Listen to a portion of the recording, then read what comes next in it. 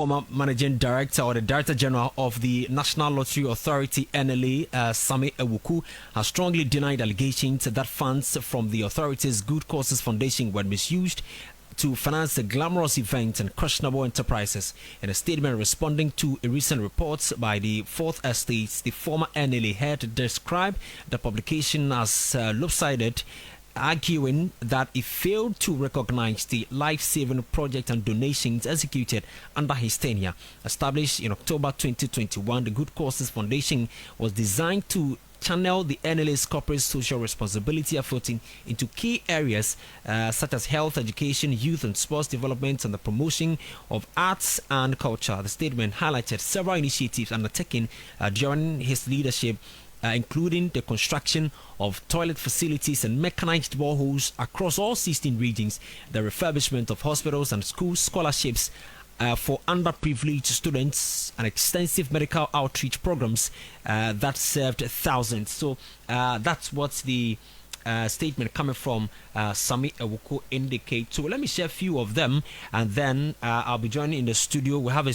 conversation in the studio. So Richard Anyagba, who is the executive director of the Dankwa Institute's amount of 40,000 Ghana cedis was paid to the Dankwa Institute with the purpose of the sponsorship for Dankwa Institute Advocacy Chat Room Program.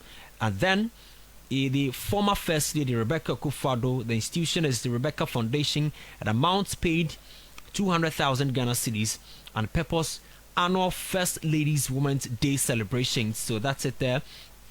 The Koku Anyudoho, founder at Tamils Institute, the institution as at Tamils Institute, an amount paid 50,000 Ghana cedis. The purpose, sponsorship for 10th anniversary.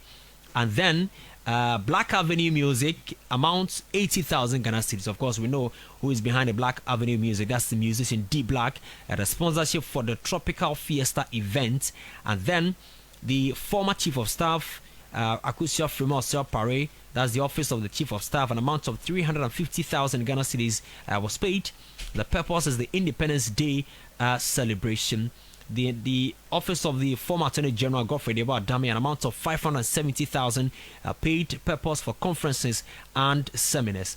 And then Africa Prosperity Network, amounts paid 250,000 Ghana cedis. Purpose as a sponsorship for the Kwawu Business Summit in 2023, sponsorship for Africa Prosperity Dialogues 2024, and of course we have the chair, executive chair, Gabi Asari Otri who is executive chair of the Africa Prosperity Network. So that's the few of them that amount was paid to this institution. I've been joined in the studio by William Jalula, who is an associate editor with the Fourth Estate. He joins me in the studio. Willie, good evening, and thank you so much for your time and your patience with us in the studio. Good evening, colleague. Well, first of all, let me say well done, because we're talking about state funds. We want to say kudos to the entire team. But I'm sure that you've gone through the 4-page document from the former Director General of the NLA. First of all, let me have your reaction to the statement from Sammy Awuku. All right, so thank you, and good evening to your listeners. First of all, I think that if Sammy Awuku had gotten someone to have advised him, or if he had sought to get a second opinion on his intention to issue the statement, he wouldn't have done that. And first of all, that's what I have to say. And also the fact that he tries hard to want to downplay the intensity of what his leadership at the NLA had done within the period that he led the authority. I mean, if you look at what's the basis of this that we are discussing, if you look at the very act that set up NLA, Act 2006, that's Act 722. When you go to Section 2.3, which spells out what it is that is supposed to be done, and not quoting but just paraphrasing. That there shall be conducted a lottery that So if I can read that to our listeners. So Fine. the section states that there shall be conducted as part of the operation of the National Lotto a lottery with the object of providing care and protection for the physically or mentally afflicted, the needy, the aged, orphans, and destitute children. Yeah, so basically that is it. Now, Sammy Awuku goes into office and finds out that there was a project, special project, and it was called the special project under the NLA, which was supposed to be assisting people in line with what the good causes came to do. Okay. Now, or not in line with what the good causes came to do, but in line with the act. That's the section you've just read. And so he decided to rebrand the special project unit. Then the good causes was birthed. From there, pillars were set up to kind of help in executing whatever plans that they had. And some of these pillars included sports, youth and sports development. They also had one on education and health. And then I think there's a fourth pillar. Now, basically, you have a legitimate body that was in place or is in place, backed by law. That is the section 2.3. Okay. Then the good causes. If you talk about the lottery, and I must say that the Caritas, which is a product of NLA, okay, it's actually what is supposed to be the lottery that is said in the section 2.3, which will raise funds, which funds will be used in executing some of these things that we are talking about here, taking care of the needy, the destitute children, the aged, and all of that. Then he himself admits that in his statement. Then you come to establish or have a creation of a sort that doesn't align with the very object of the act. So if you talk about the pillars that I've just mentioned, you ask yourself whether the kind of things that they have done, creating those pillars and executing projects in line with the project, the pillars, but not being conscious that those pillars do not align with the law. Yeah. Because now, if you talk about destitute, then you go and give 200,000 Ghana cedis to the First Lady for First Lady's annual Women's Day celebration. Where does it fall? So you can talk about, so they also have arts and culture as a pillar. Yeah. So if you go, this one falls under arts and culture. Ask yourself, destitute children, the poor, the needy, the aged, and all of that. Where does that fall? The First Lady, giving money to First Lady. Now, giving money also, for instance, you give 130,000 Ghana cedis. You use 130 Ghana cedis, for instance, to build a police station. If you were to align that, where does it fall? If you give money to, let's say, Africa Prosperity Network to run events, where does it fall? If you use money to organize conferences, if you use money to do galas, now, for instance, I've also seen now look at this. Just a moment. Okay. The National Labour Commission was handed 180,000 Ghana cedis for local conferences and 70,000 Ghana cedis to attend an international labour conference in Geneva. Where does it fall? It has no place. And so, if you come to tell us that you really have used the money well, and that he tries to justify that at least 5% of the money was used for the very causes that the act talks about, that is not also true. Now, if you go to his constituency, he spent 2 million Ghana cedis in constructing an AstroTurf and spent 130,000 Ghana cedis in constructing a police station. If you do the mathematics of his 11 million cedis that he speaks about in the statement as money being raised from Caritas and all of the spending, or if you take the total spending that we talk about here, it is 19.2%. So 19.2% is already more than the 5% he claims was spent on good causes, the real good causes. That's why I said that if I were him, I wouldn't have issued a statement. Of course, this story We release another one that sponsor and win. That's the second part of the series we are running. Okay. And there's more to come. And if you like, this is just like a tip of the iceberg. And so if he wants to go this way, I don't know whether he will be able to sustain it. That anytime we release a story, he has to issue a statement. He will get fatigued, and he will not have evidence to back all the things that he's saying. And so our point is that really you have not used the money for the purpose that the money was set, or the purpose for which you should have used the money for. And he talks about some of the things that they have done. That's fine. But if you also look at it, he never mentions what amount was spent on the list of things that he mentioned. If you read his statement, there's a portion he has listed quite a number of things. But again, if those things were actually done, they were supposed to be part of the list that we have published. So yesterday, we published the list of the day before yesterday. We published the list of all the beneficiaries. So whatever he has said should be in that list as proof of what they use the money for. In any case, what he has put out, he hasn't even told us how much was allocated for each of the projects that he speaks about. Of course, because I see infrastructure projects under health, quite a number of them, education, number of them, but of course, like you said, none of them has indications of maybe an amount of money spent on that. Exactly. And also the beneficiaries, I see Otafu MP also in the list. I see Kwabena, so Otafu MP, for instance, 40,000 Ghana cedis. So there should be a justification to the why he was giving that amount of money.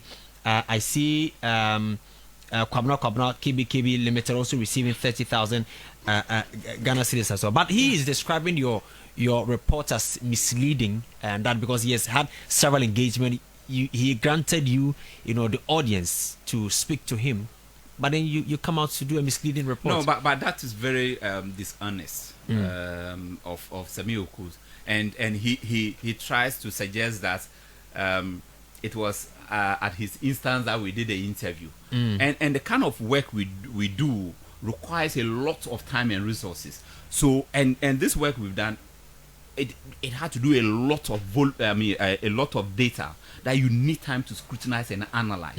So diligence will have to come to play. And so it is not true, first of all, that the interview he granted us was at his instance. Then again, if he talks about the fact that our report is not accurate, it is not balanced, what is he speaking about? He is a lawyer. And he should know better that if you have an act, it is just like the Constitution of Ghana. You cannot have any other law that will have any element of its implementation that will be adherence to the law or the Constitution of Ghana. And so if you bear that in mind, under no circumstance will you have a law that will say something contrary to the Constitution of Ghana. So in this case, you have an act that stipulates what you are supposed to do clearly, and you do the opposite, and you try to say that we were not fair in our reportage. Where have we erred? Sammy Awuku, in his own statement, has admitted, and he has contradicted himself in so many ways. If we were to have enough time, I would have taken you through some of the things that he has contradicted. Okay, so maybe you want to share that with us. So for instance, I just want to, with your permission, there's a portion of his statement that I think that he is trying to mislead the public. Now here he says that the NLA Caritas has corporate Ghana as its primary stakeholder. In addition to the organizing stakeholder engagement with corporate Ghana to attract them to the Caritas lottery platform, we secure strategic sponsorships to capture key players. Okay, and then he goes further to talk about how they rely on this to ensure that they get sponsorship from all these stakeholders. Then you go and give money for an award in an institution to do awards. then you go to win awards from the same institution, and you come and tell us that because you collaborate with them, that is why you support them, and then you sponsor, and then you win. You sponsor and you win. Then another thing clearly is here, where he speaks about, and I think that is where he contradicts himself more. And I was just trying to get that also to read to your listeners. And yes, here Sammy Awuku says that the awards that they did. Now he says, regarding awards, I would like to state for the record that I received several nominations. Let me leave that out. Now, NLA, however, sponsored some key programs, such as, then he names them, Emmy Awards, he talks about Africa Prosperity Network, and all the other awards. Then I come to ask again, where does this fall? Then you go to talk about the act. And the funny thing is, trying to teach the Fourth Estate journalism, making reference to the GJA code of ethics. I mean, it's funny. If you talk about fairness, you talk about us being balanced and being accurate and being professional, I say again, or I ask again, where did we err? That we are simply talking about the law that set up NLA. Which the authority is going contrary to. And you set up pillars. And I'm saying that when people say that the pillars say this, the pillars say youth and sports, the pillars say education, health, and all of that, then you ask yourself, the pillars themselves, do they really align with the act? It is no. Except some of the issues that have been addressed under the pillars that align with the act, then fair. But if there's anything that doesn't align, it is a component of the pillars, then it should not stand. For example, if you give money to Asamoah Gyan, and you say that because you have pillars indicating youth development and sports, because of that, it is right to say you are giving money to Asamoah Gyan. Go and take the act, and you ask yourself, is Asamoah Gyan an aged person? Is he a destitute child? Is he mentally inflicted, or he's poor? Where does he align? If you give money to somebody like the former chief of staff, the former chief of staff, and again I take you to the what do you call it? The minister, not the minister, Gabi Achiro. You ask yourself, where does he fall?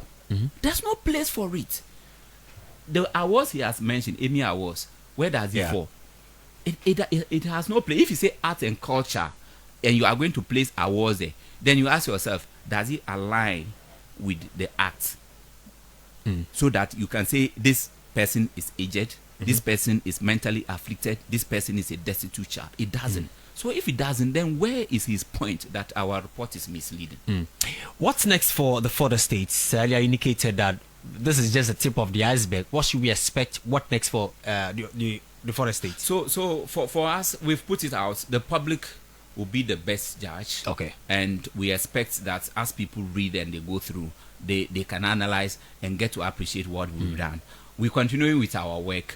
We are still analyzing the data. Okay. We are advancing, and then in the coming days and weeks, there's more to come. And this is not the time to be telling. And for me, I think what is coming is more than what has come. Wow, I see. Willie, thank you so much for your time. We wish the team all the best. We're looking forward to that mind-boggling report or the next item from the Fourth Estate. We are grateful. Thank you for the opportunity. All right, so that's William Jalula, who is the associate editor with the Fourth Estate, who joined us on this particular discussion. So I've seen lots of messages coming. I'll deal with them shortly, and also go on the phone line and have a conversation. So let me run you through what the payments so far is. That's the payments made so far. But let me also tell you that on the 28th of January 2021, the NLA authority was battling to pay big wins since April. And so that is what we can also put here on 505 this evening. So lots of payments being done. I've told you about Kokwanido. I've told you about Gabi Asarachodako, who received monies. And then the Ministry of Education, also the purpose was that the free senior high school anniversary celebration in 2022, an amount of 50,000 Ghana cedis was paid to the free SHS secretariat and also there. And then Kwabena also received 30,000 Ghana cedis. The purpose is for the KBKB Music Limited music concert, also from the NLA. And then the Member of Parliament for Old Tafo, Echo Vincent Sifwa, also received an amount of 40,000 Ghana cedis. The purpose is for medical support for MP for Old Tafo. So the Member of Parliament for Old Tafo received medical support from the National Lottery Authority. Is it suggest that the Member of Parliament cannot afford medical attention for himself, hence the authority coming in. Also, the Member of Parliament for Adentan constituency also received an amount of 50,000 Ghana cedis, and the purpose is to purchase motorbikes for Adentan constituency. So that is also part of the reports that we can share with you. And then the Council on Foreign Relations Ghana also received an amount of 40,000 Ghana cedis to transcribe and publish all lectures. That's also here that we can share with you. Let me also take you through content of what the Sammy Awuku statement is, and then we'll have a conversation on the back of that. So earlier you heard William Jalula, who is an associate editor with the Fourth Estate. So that's the conversation there. So let's listen to an associate editor also who I spoke to on CTV a while ago on Fact of the Week, Seth Bokwe, who says the justification by the former Director General of the National Lottery Authority, Sammy Awuku, on the latest expose on the NLA cannot be accepted. He says that he revealed that Sammy Awuku spent 2 million Ghana cedis to build an AstroTurf in his constituency, a pitch that is currently damaged. Owing to this and other factors, Mr. Bokwe says the justification and the expenditure are at a shape variance. He also hinted that they are yet to expose more scandals from the National Lottery Authority. So that's the indication that we can share with you. So listen to what the associate editor of the Fourth Estate, Seth Bokwe, told me when I spoke to him on Fact of the Week on CTV. So if you take what he says about us confusing the NLA marketing expenses and good causes expenditure, I think if you marry the two, it doesn't make sense. The reason being that the NLA in June 2022 actually registered the Good Causes Foundation as a separate entity, as a non-profit. Now, you cannot tell me that the non-profit expenditure and the marketing expenditure, the operational costs of the NLA are mixed together. The Good Causes Foundation has a separate board from what the NLA does. So if you are spending money on the Good Causes Foundation, you can't mix the two, unless, of course, you are terribly keeping your books. You are not doing proper accounting at the NLA. Then you can tell us that you mix together. Because the data we have, what we have put out there, clearly states that Good Causes Foundation expenditure 2021 to 2024, well broken down annually. Every money they give out annually and the purpose, and even the check number and so on, is stated in the document. So that one, I mean, it's an afterthought. Secondly, he speaks about generating 11 million and that he spent only 5% on the things we are talking about. Again, that is not true. Because if you go to this Awuku's constituency, he has spent 2 million cedis on an AstroTurf, which by June this year had been damaged. Drain had destroyed it. That is one. Two, if you look at the same constituency, he spent 130,000 cedis on the construction of police posts, making it 2.130, right? If you strike the percentage of 2.130 over the simple 11 million as he claims, you get 19.2%. It means that in his constituency alone, 19.2% of the money he raised from Good Cause went to his constituency alone. So if he says 5%, we've not even touched on the award yet.